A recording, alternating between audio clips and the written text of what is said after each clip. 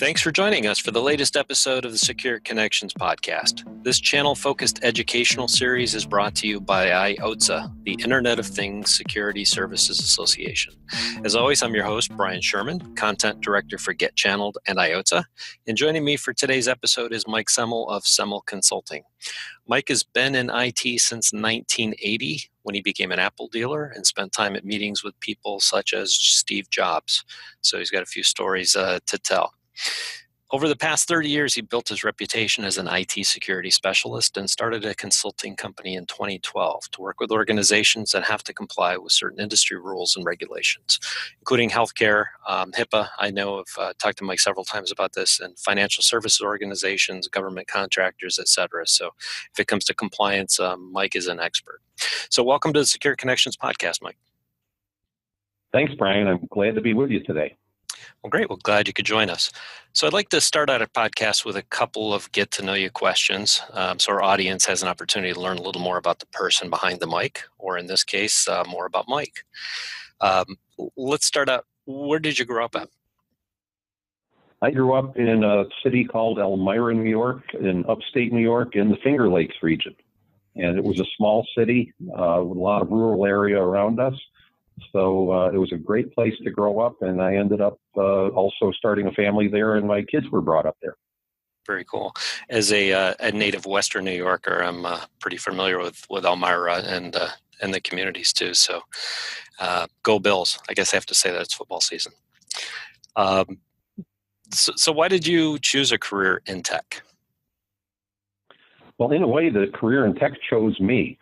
When I was a kid, my parents had a retail electronics store. So I started out when I was 14 years old selling everything from televisions to stereos and even things like CB radios and all sorts of electronics. And then when the computer industry started to spring up in the late 70s, we were looking for other new products to bring to market into the community. And we had brought in a computer from Texas Instruments, and that got us interested in the whole idea of computing. Obviously didn't know how it was going to grow and expand. And then one day my dad and I were talking, saying we needed to expand our product lines. What should we do? And my dad said, well, that company Apple looks interesting, doesn't it? And I think the rest is history. Started out selling retail, then went into business to business. And really from the early 1980s, we were talking about IT security, not in some of the terms that we use today, but we used our definition of security was protecting data against loss, theft, or unauthorized access, or any combination of those. So that covered things like backing up data and putting antivirus software on computers and making sure literally that the computers didn't get stolen and walked out the door of a client's office. It's changed a little bit, but the intent is still the same after all these years. Huh? Exactly. Great. Now, did you have your business in Elmira originally? We were in Elmira, in Corning, New York, and Ithaca, New York, and then we expanded out into the Olean area in Western New York. And then in 1990, Apple had a special program for education, and we became educational technology sales agents for Apple, and we covered 13 counties in New York and down into Pennsylvania. So we had a pretty wide territory. Wow, it sounds that way. So, and your name comes up frequently in conversations. Whenever I'm writing articles about the history of the channel, your name is usually very prominent when it comes to that, in a good way, not in a bad way. And I know you've done a lot of work with CompTIA on certifications over the years and business trust marks. What are some of the projects you've been involved in that you're most proud of? Well, first of all, you make me feel old, but when I go to a CompTIA meeting now, and they have those banners that say you're like a 30-year member, a 5-year member, or whatever, I have to take a 30 and a 5 and put them together because I'm one of the longest-term members that is still involved in the organization. I love the organization, and the certifications, I think, have been critical throughout the IT industry. And the trust marks were an idea that took CompTIA's individual level certifications and said, how do we certify a business in terms of its competencies? So I was on the original development team for the CompTIA Security Trust Mark, And then when they revised it around 2014, they brought me in as a subject matter expert to help develop the Security Trustmark Plus. Mm-hmm. So that's been a huge project that has been successful in helping MSPs become compliant themselves. A lot of times we find the managed service providers sometimes are like the cobbler's children that have no shoes. They're telling everyone else they need security, but they haven't done it themselves. And this is a great tool, the CompTIA Security Trustmark, to make sure that you're applying the same concepts you're telling your customers to in your own business. And it gives you a lot of knowledge and language you can use when you're out talking to clients about security. We hear a lot of times from people, well, I don't think I'd ever get hacked, and I don't have any data that people want to steal, and the government's never going to catch me in a compliance violation. And things like the Trustmark have been ways that MSPs have been able to educate themselves in how to deal with those situations and show that security really is important for every business. So the CompTIA Security Trustmark Plus is a business credential, so it backs the business. It's and it's also validated or validated by a third party. Correct? Correct. It's independently audited, and the nice thing about the Trustmark is that as a business owner, I was always concerned that when one of my employees got a certification, that if they left the organization, they would take that with them. That does not happen with the Trustmark. It's not dependent on a particular employee. Very good. So it's a good way to improve the value in your security profile with your clients as well. Absolutely. So you've transitioned from being a provider yourself with a great history of contributing to the industry, but now your focus is more on compliance. So why did you decide to transition your business and become a specialist in this part of the security section of the industry? Well, I have a compliance consultancy company now, or an advisory company now, but we transitioned to compliance back when we were an IT service provider, a managed service provider. And the reason for it was that in 2003, I went to an industry event and heard another IT business owner talk about Hipaa. And it was the first time that it hit me that the federal government was going to regulate the entire healthcare industry in terms of cybersecurity. And I saw that as a huge opportunity. So I went and I got a training class, passed it, got a certification, and came back to Elmira and started marketing myself as a local Hipaa expert. This was based on like 3 days training. We had a lot of response to our marketing, including the chief financial officer from a local hospital came to me and said that they wanted to hire me as their chief information officer. I turned them down saying I didn't want to close my business, so they ended up hiring my company to be the hospital's IT department, and they got me as their chief information officer. We built Hipaa right at the beginning of Hipaa. Nice. And it was to help the entire hospital, not just the IT side, to become compliant. So it was a great education, and it taught me a lot of things. One is that there were some pretty big customers willing to pay for my services. We had been like all other MSPs trying to fight for, every little business out there, and people telling us that our prices were too high. And they literally could not write a big check to us. They didn't have the funds. Mm-hmm. And when I became a specialist in compliance, I found that there were organizations that needed that help and had the ability and the willingness to pay for it. So the simple answer to the question, why did we become compliance specialists, was money. We were able to charge more and get rid of customers and clients that complained about our pricing, sometimes were slow in payments, and really didn't value what we were doing for them. The compliance clients all did. In 2012, I decided to move from being an MSP, and I left the company where I was an MSP with my business partners, and that company is still going and very successful. And I became a compliance consultant or an advisor, where we don't sell any IT products and services, but we work with a lot of managed services or refer us to their clients, and we handle the compliance requirements, and the MSPs and now MSSPs get to sell their security and their managed services to these clients. And we're the consultants that advise the clients on their compliance. The MSPs provide all the technical services.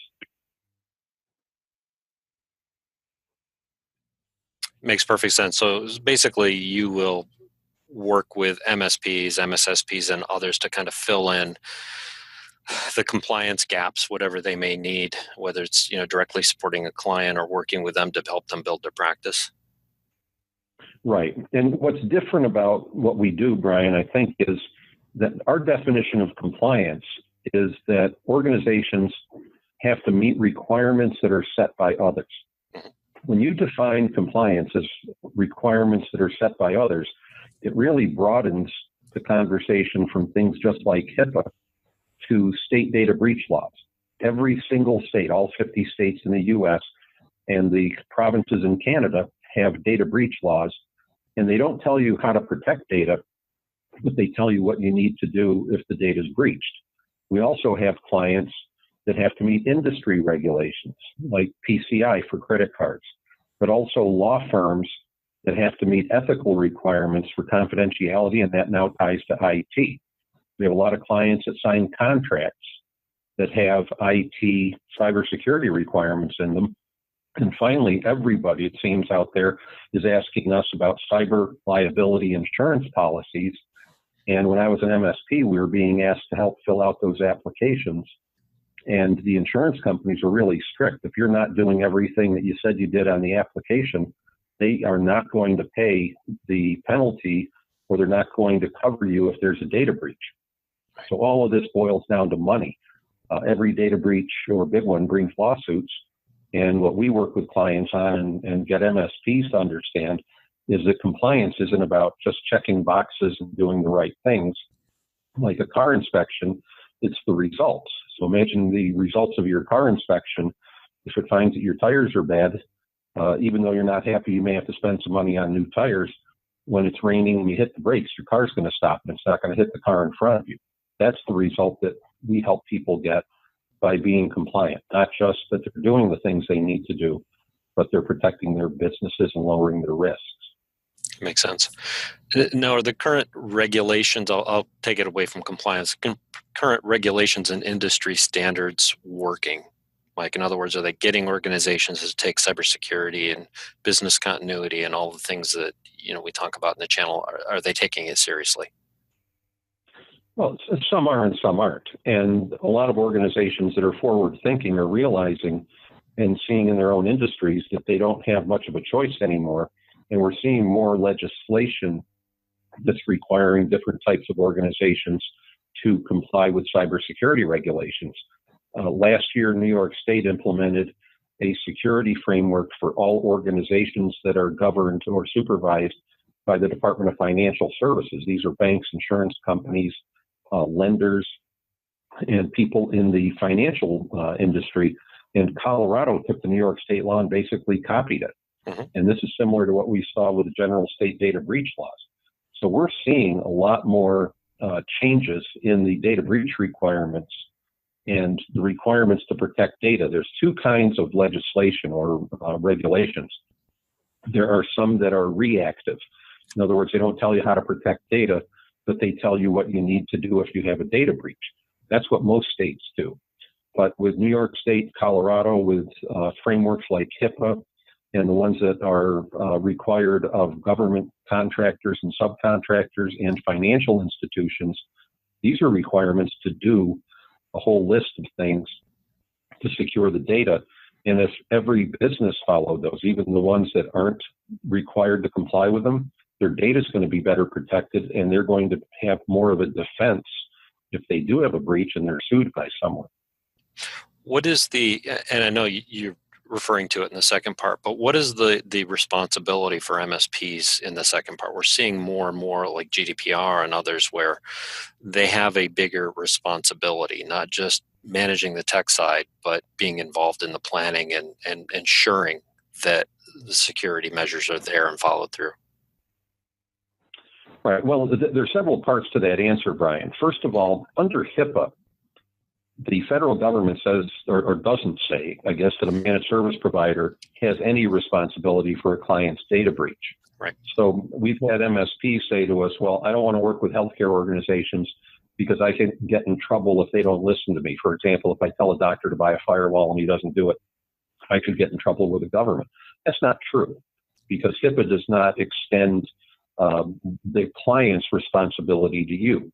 Where MSPs are always responsible is in delivering consistent services and living up to your promise. So if you tell a client you're going to patch their systems and keep them fully patched and updated, and there's a breach and there's an investigation that shows that those systems were not properly patched, then you have liability. But that's the same liability you have every day.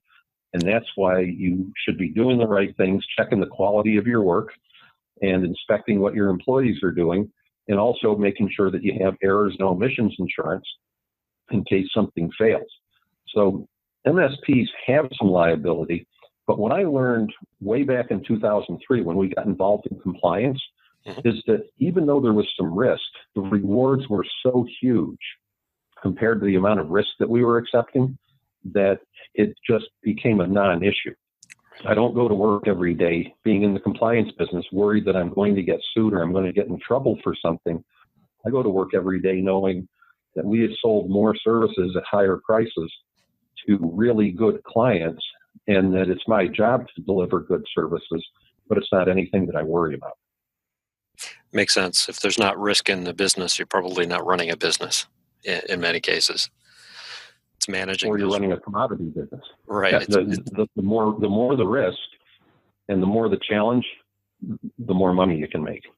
Now, are there any compliance or current compliance or standards that you find that there is a higher risk for MSPs, where they do assume some of that? I don't think so. But the thing about MSPs and risk is, I said a few minutes ago that every business in the United States is governed by a data breach reporting law. And my question to you as an MSP is, are you doing things to protect your own data? And I've dealt with several situations where MSPs actually became a risk to their clients. Right.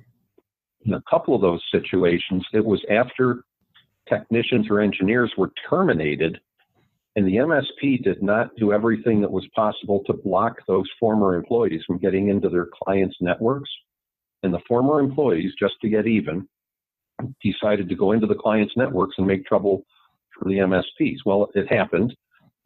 In one case, the employee thought that it was just mischief until he got arrested. But these were things where the MSPs were not doing the right things to secure their clients against themselves. And that's where they opened themselves up to a lot of risk. In those cases, one MSP just lost his client. It was a very big client. In another case, the MSP actually closed his business because his former employee created such a large healthcare data breach that his client was no longer his client. They were adversaries in a lawsuit, and the MSP threw in the towel because he did not want to, he couldn't fight the lawsuit anymore. And it was all his fault. 20/20 hindsight, he said, he wished he had done things differently. But the fact was that he created risk for his clients and didn't pay attention to it. That makes perfect sense. We, at the IOTSA Cybersecurity Expo, we have a live penetration test. I shouldn't say it's live, but there's video components to it. Infogressive walks through an MSP that challenged them to see if they could break into their system, how they can hack their system, get a hold of their clients' networks. And it's very methodical how he did it, but the surprises are that anybody can be, I should say, even the best protected MSP can be overcome, but it kind of walks you through all the different best practices to make sure that they have in place as far as client data, confidentiality, social engineering schemes. There's so many different ways they can do it. What are your recommendations on that part for an MSP to ensure that they have a well-protected system on their own? The simplest thing, Brian, is treat yourself like a client. If you're providing all these technology, security tools and services, just treat yourself like a client and make sure that your network and that your staff is trained and your network secured, and do the same things that you would sell to your best client to secure them, and you'll probably be a lot further ahead than you are now. Makes sense. So, Mike, what do you see with, I know there's a lot of discussions, potential legislation and things coming, but what do you see as far as new compliance requirements in the future? Do you think we've gotten to where we flushed most of them out, or do you see additional steps being put in place by, states, federal government, et cetera? Well, I can tell you for sure that we haven't seen anything yet. First of all, I think GDPR, it's just a matter of time before some of the same types of protections reach the U.S., and it may end up on a state-by-state basis, which would be unfortunate because it would be difficult to manage. But I think we're seeing a lot. I talked about the New York State regulations for financial services organizations. There's a law winding its way through the New York State Assembly right now and Senate that it would take some of those same controls and require them of every single business that has any information about consumers. We're seeing more consumer protection laws. States like Delaware and Colorado recently increased the scope of their cybersecurity data breach laws. So we're seeing more and more of this, and a lot of it is because the federal government has not been effective in coming up with requirements, and the states are believing that it's their responsibility. We're also seeing a big trend where data protection is consumer protection. So it's not the traditional cyber security enforcement agencies that you would think of that are putting these regulations out that are going after organizations. It's the Federal Trade Commission and the state attorneys general claiming that people's rights are being violated and that they're doing it under consumer protection. So we're going to see a lot more legislation and regulation over the next few years. And that's a huge opportunity for MSPs. So you see it moving from the reactive, as you were talking about, to more the proactive cybersecurity legislation. Yes. That makes sense. So obviously compliance comes up a lot on the security sales discussion. I'm talking to MSPs all the time, and this is the one area they're trying to figure out what's the best way to sell cybersecurity. Compliance is one that seems to come up most frequently. How can channel companies best leverage industry and government regulations to close their business? What are your suggestions, Mike? Well, I think there are a couple of things that we've worked with MSPs on. First of all, the federal government puts out some good free guidance. The NIST, NIST, the National Institute for Standards and Technologies, puts out guidance for all businesses, not just government agencies, to use to secure data. So the NIST Cybersecurity Framework, CSF, is a general framework for security, and it's broken down into 5 sections. Identify, protect, detect, respond, and recover. Identify, where's the data and on what devices? In other words, where is the data that needs to be protected? Number 2, protect. What are you doing to protect it? 3, detect. How do you detect that bad activities are actually happening in a network? And then 4 and 5 are respond and recover from that. So most MSPs live in the protect world. And many times we find unprotected data on a network that is managed by an MSP, where everybody's supposed to put their data on a server. That's the only thing that gets backed up. And then we find data on local PCs. So they're not doing a great job identifying. And that's a key area that can be improved.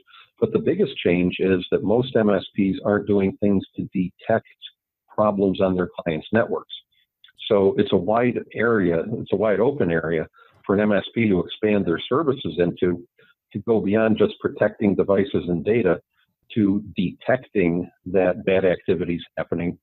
And there are a whole series of software applications and portals and platforms and security operations center as a service companies that are out there doing that. So the first thing is become familiar with the NIST cybersecurity framework. The second thing is learn more about your client's industries or the industries that you want to go into.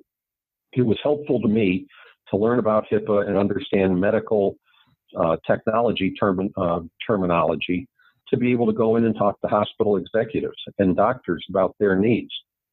Same thing with law firms, same thing with manufacturing companies and real estate companies. The more those companies realized that I understood their needs and the requirements in their industry, the faster they bought from me and the more they paid. Makes sense. Are there any particular verticals that you see, compliance being a bigger factor? Obviously, healthcare we talked about, but what are some of the other compliance measures that can help, penetrate certain vertical markets?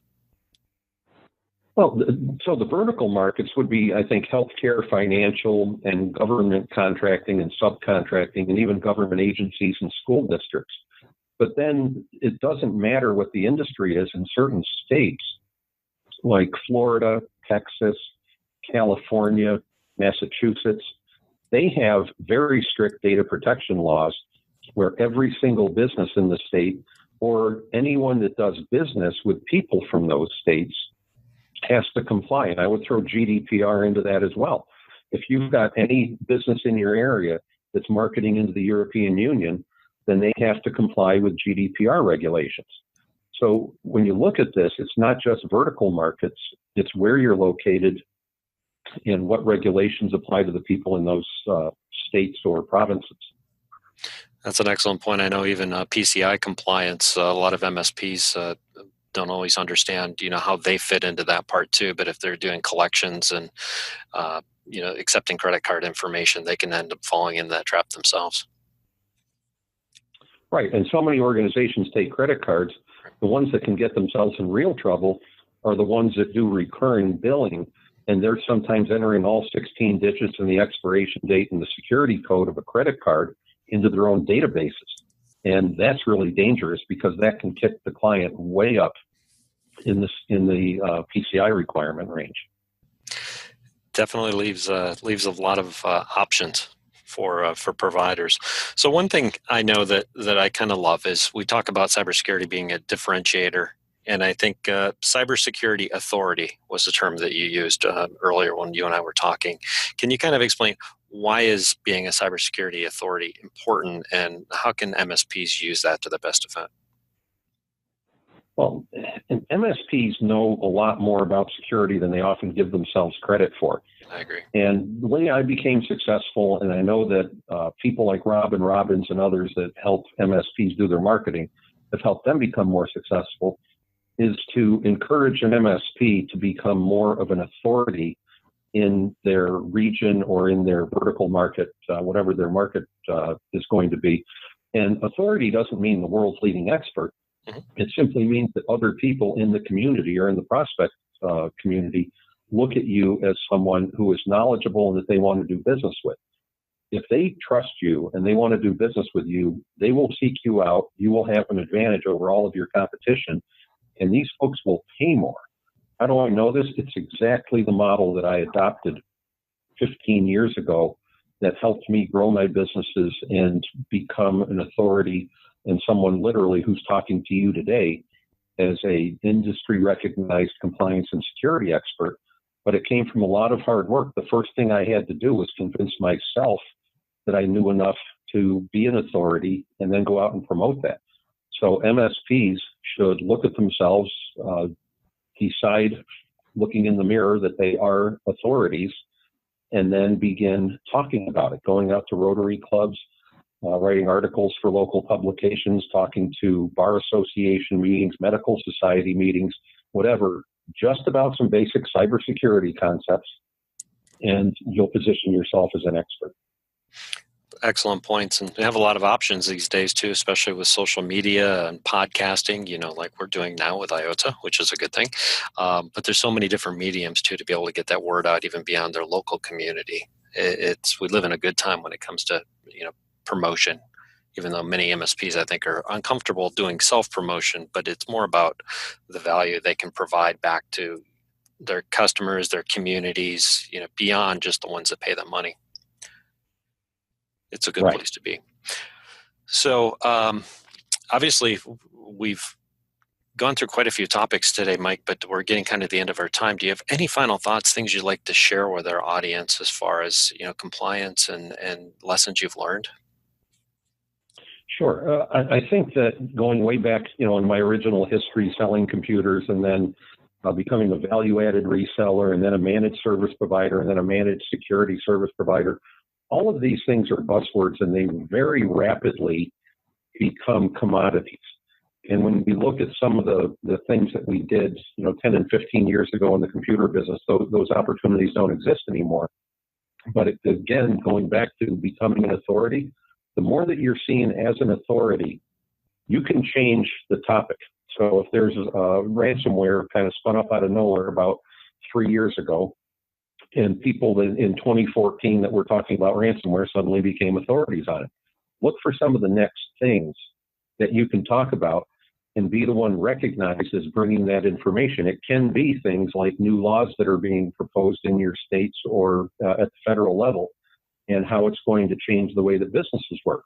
If you're out, let's say you're in New York State, and you want to go out and talk about the new SHIELD Act that's going through the state legislature, you could do a 20-minute talk on that at the Rotary Club and position yourself as a cybersecurity expert. Even though you don't have to go to college or do anything in particular to learn about that, just be the one talking about it and be seen as the expert in that topic. So it doesn't take a lot to do this. And my message to everybody is quit thinking about it and just implement.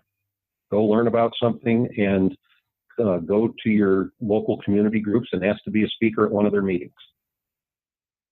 Well, excellent suggestions. And before we end, how can our audience learn more about Semel Consulting and contact you if they have any questions, Mike? Well, there's a lot of information at our website, www.semel, S-E-M-E-L, consulting.com. And there's a contact form, and we'd love to hear from anybody with any questions that you have. Fantastic. Well, on behalf of IOTSA, I'd like to thank Mike Semel of Semel Consulting for joining us on today's episode, as well as those of you who tuned in to listen to our discussion. Please take a couple minutes to check out all the great cybersecurity content on the association's website before you get back to work, and let us know how we can help your team improve its cybersecurity skills and portfolio. The website is iotssa.com. Thanks again, and have a fantastic and profitable day.